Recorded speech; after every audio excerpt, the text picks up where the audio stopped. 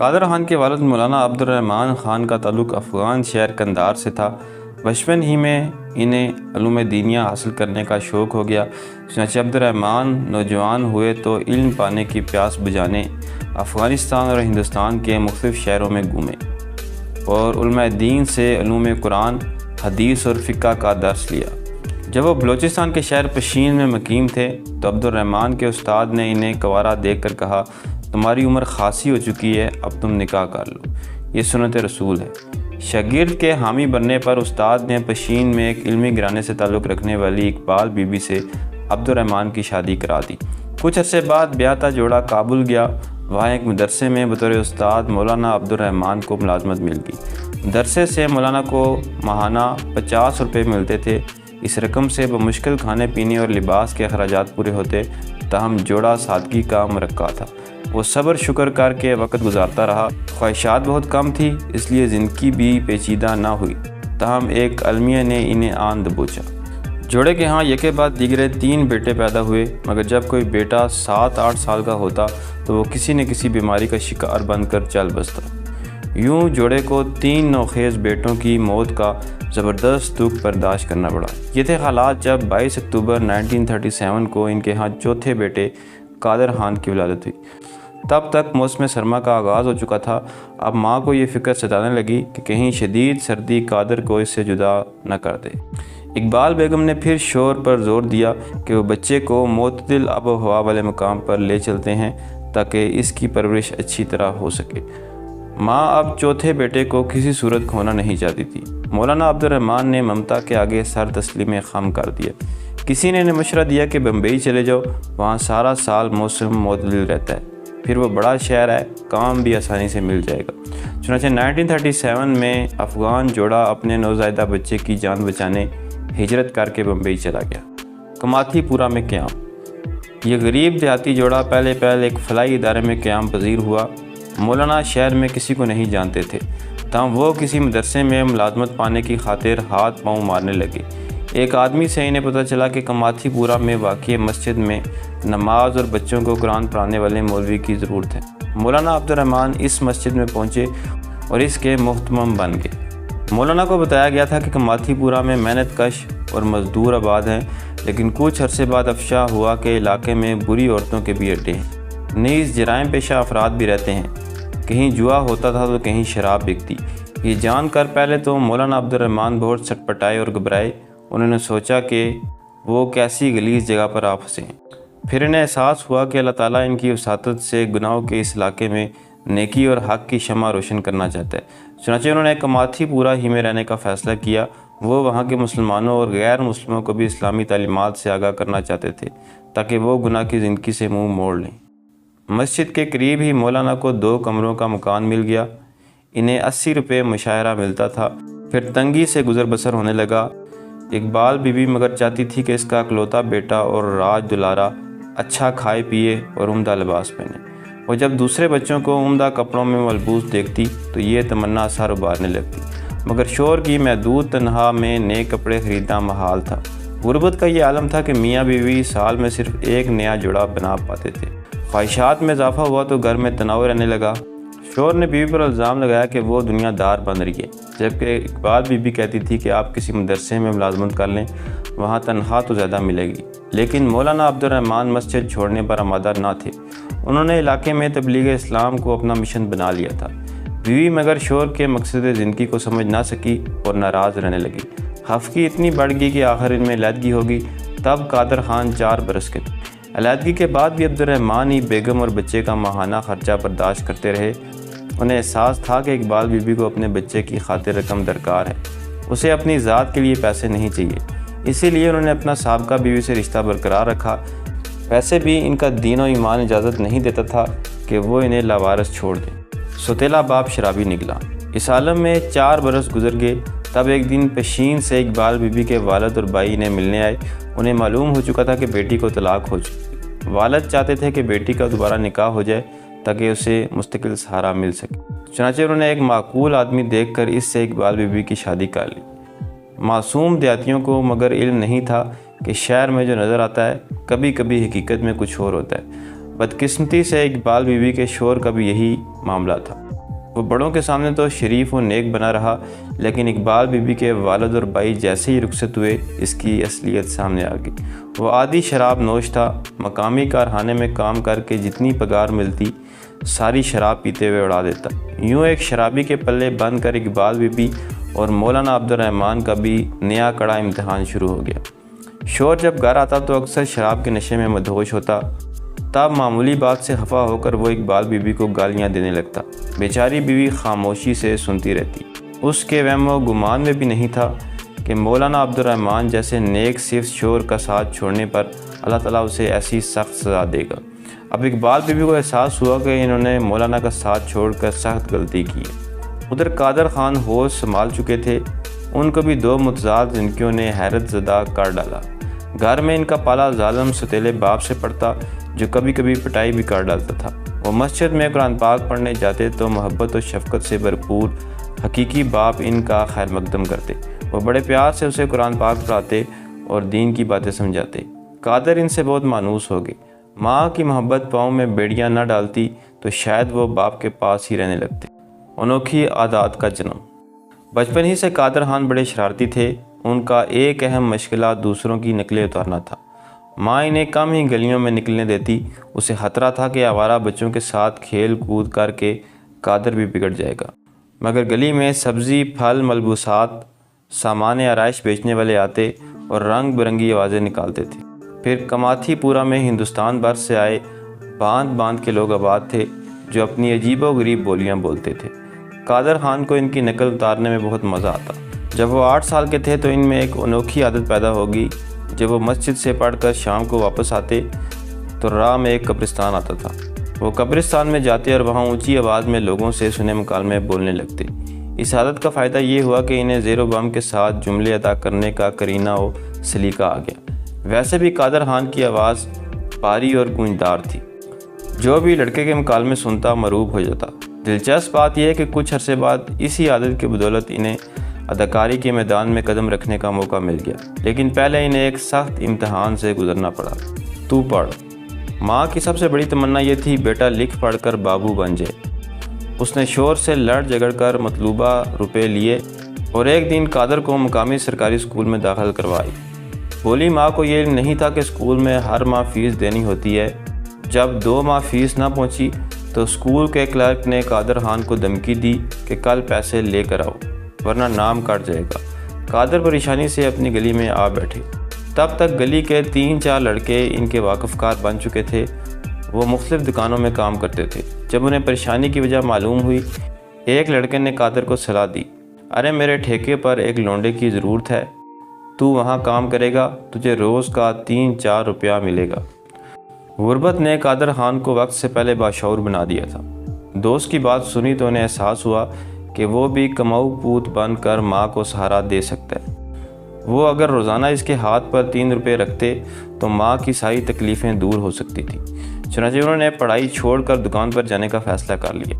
وہ رقم کما کر لاتے تو گھر میں پیٹ بھرنے کو کھانا آتا اور پہننے کو کپڑے بھی۔ اب آگے کا قصہ قادر خان کی زبانی سنیے۔ اگلے دن جب میں بستے کے بغیر کام پر جانے لگا تو پیچھے سے کسی نے میرے کاندھے پر ہاتھ رکھ دیا۔ مڑ کر دیکھا تو وہ ماں تھی۔ وہ کہنے لگی مجھے پتہ چل چکا ہے کہ تو کہاں جا رہا ہے، تیرے دوست کی ماں آئی تھی، مگر تو جانتا ہے دکان پر کام کرنے سے کیا ہوگا؟ ارے تو روز کے 5 روپے بھی کما لے تو بھی ہماری غربت ختم نہیں ہو سکتی، پھر تو ساری زندگی یہی 4-5 روپے کماتا رہے گا۔ اگر تو نے گھر سے غربت مٹانی ہے، یہاں خوشیاں لانی ہے تو پڑھ، اس گھر کی ساری مشکلیں میں سنبھال لوں گی۔ میری ماں نے جس انداز میں تو پڑھ کہا، اس نے میرے تن بدن میں سنسنی دوڑا دی۔ اس سمے کے احساسات آج بھی مجھے پرجوش کر دیتے ہیں۔ تبھی مجھے احساس ہوا کہ میں ماں کی بات نہیں ٹال سکتا، اسے دھوکہ دینا میرے بس میں نہ تھا، لہٰذا میں پھر اسکول جانے لگا۔ فیس کے پیسے مجھے ابا نے دے دیے تھے۔ مولانا عبد الرحمن جدید تعلیم کے خلاف نہیں تھے۔ انہوں نے اقبال بی بی کے فیصلے کو سراہا، تاہم انہوں نے بیٹے کو 2 نصیحتیں کیں۔ اول یہ کہ قرآن پاک کی تکمیل تک مسجد پڑھنے آتے رہو، دوم یہ کہ جدید تعلیم پا کر جو کچھ بھی بن جانا، مگر حتی الامکان بدی و گناہ سے دور رہنا اور زیادہ سے زیادہ نیکیاں کرنے کی کوشش کرنا۔ بیٹے نے شفیق باپ سے وعدہ کیا کہ وہ ان باتوں پر عمل کرے گا۔ ماں کا عظیم روپ۔ اماں ابا نے بڑی مشکلوں سے اکلوتے بیٹے کو کتابیں خرید کر دیں۔ قادر کے پاس قلم بھی ایک ہی تھا، ریاضی کے جواب مگر یاد کرنے کی خاطر مشقیں کرنا ضروری تھی۔ انہوں نے مسئلے کا یہ حل نکالا کہ چاک کا ایک ڈبہ خرید لیا جو بڑا سستا ملتا تھا۔ وہ پھر کمرے کے فرش پر ریاضی کے پیچیدہ سوال حل کرتے۔ جب وہ حل ہو جاتے تو لکھا ہوا مٹا کر چاک سے سوال لکھنے لگتے۔ اسی طریقے کا ایک فائدہ یہ ہوا کہ وہ کاغذ خریدنے کے خرچ سے بچ گئے۔ قادر خان آنکھوں میں آنسو لیے بتاتے ہیں، میں اکثر رات گیر تک پڑھتا رہتا تھا۔ کمرے میں گھر کا اکلوتا بلب ٹمٹما رہا ہوتا۔ ماں بھی میرے ساتھ جاگتی۔ جب کبھی میری آنکھ لگ جاتی تو وہ مجھے جھنجھوڑ کر اٹھا دیتی اور کہتی، بیٹے یہ پڑھائی کا وقت ہے، اٹھو اور پڑھو۔ مجھے نہیں معلوم کہ بیٹے کو تعلیم دلانے کی تمنا نے ان میں کیسے جنم لیا، مگر وہ میرے لیے فرشتہ ثابت ہوئی۔ میری خواہش ہے کہ ہر بچے کو ایسی ہی محبت کرنے والی ماں نصیب ہو۔ شہزادہ وامق کا کردار۔ پہلے بتایا گیا کہ قادر خان شام کو مسجد سے واپسی پر اکثر قبرستان چلے جاتے اور وہاں لوگوں کی نقلیں اتارا کرتے۔ کسی نے یہ خبر اشرف خان تک پہنچا دی کہ اسے جس لڑکے کی تلاش ہے وہ فلاں قبرستان میں مل جائے گا۔ یہ سن کر انہیں بڑا تجسس ہوا اور وہ قبرستان آ پہنچے۔ اشرف خان فلم و تھیٹر کے اداکار تھے۔ مشہور ڈائریکٹر محبوب کی فلم روٹی اور دیگر فلموں میں کام کر کے نام کما چکے تھے۔ ان کی ایک اور وجہ شہرت پیر ہونا بھی تھی۔ وہ لاہور کے مشہور صوفی بزرگ غلام سرور کے بمبئی میں خلیفہ تھے اور مرد و زن کا روحانی علاج کرتے۔ تھیٹر ڈرامے تیار کرنا ان کا شوق و مشغلہ تھا۔ ان دنوں اشرف خان وامق عذرا کے نام سے سٹیج ڈرامہ کرنا چاہتے تھے۔ انہیں ایسے 9-10 سالہ لڑکے کی تلاش تھی جو شہزادہ وامق کے لڑکپن کا کردار ادا کر سکے، مگر انہیں کوئی ایسا لڑکا نہ ملا جو لوگوں کے سامنے اعتماد سے صحیح طور پر مکالمے ادا کر سکے۔ اب اشرف خان نے قادر خان کو بھاری آواز میں ڈائلاگ بولتے سنا تو انہیں محسوس ہوا کہ مطلوبہ لڑکا مل گیا ہے۔ وہ لڑکے کے پاس گئے اور کہا، تم یہاں کیا بولتا رہتا ہے؟ قادر خان بولے، کچھ نہیں، ایسے ہی، جو آواز اچھی لگے اسے بول دیتا ہے۔ اشرف خان اسے گور کر بولے، ڈرامے میں کام کرو گے؟ ڈرامہ کیا ہے؟ یہی جو تم کر رہے ہو، اس کو لوگوں کے سامنے بولا جائے تو وہ ڈرامہ ہے۔ نہیں، میں نے کبھی ایسا نہیں کیا۔ اچھا، میں تمہیں ڈرامہ کرنا سکھاؤں گا۔ اشرف خان نے پھر اپنے ساتھی سے کہا، اس لڑکے کو کل میرے گھر لے آنا۔ اگلے دن قادر خان قبرستان جانے کے بجائے اشرف خان کے بنگلے پہنچ گئے۔ وہ پھر 9 سالہ قادر کو تھیٹر میں اداکاری کرنے کی تربیت دینے لگا۔ قادر خان بتاتے ہیں، ان کی محبت اور شفقت کا نتیجہ یہ نکلا کہ میں صرف 1 ماہ میں اس قابل ہو گیا کہ شہزادہ وامق کا کردار کر سکوں۔ پھر 1 ماہ ریاست جاری رہی۔ 100 روپے کا یادگار نوٹ۔ قادر خان نے اس دوران گھر میں کسی کو نہیں بتایا کہ وہ اداکاری سیکھ رہے ہیں۔ ماں سے کہتے کہ وہ دوست کے گھر پڑھنے یا کھیلنے جا رہے ہیں۔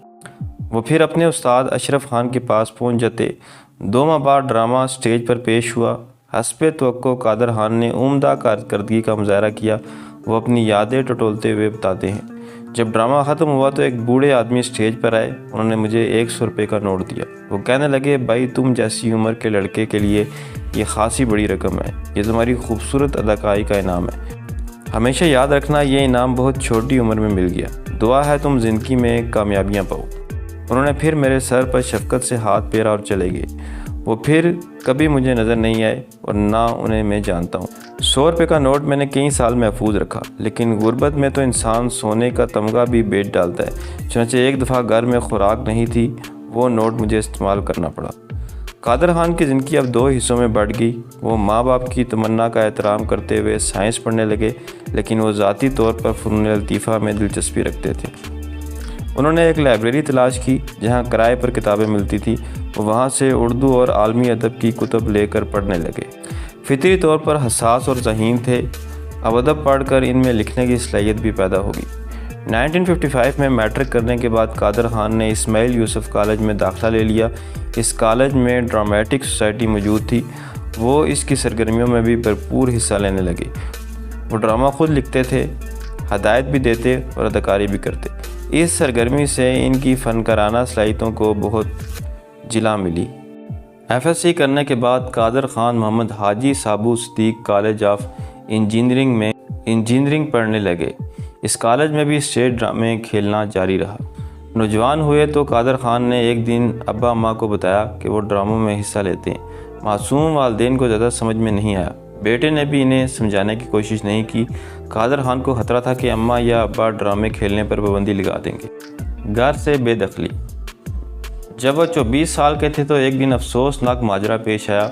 ہوا یہ کہ ڈراموں کے مقابلے میں ان کے تحریر کردہ ڈرامے کو پہلا انعام ملا۔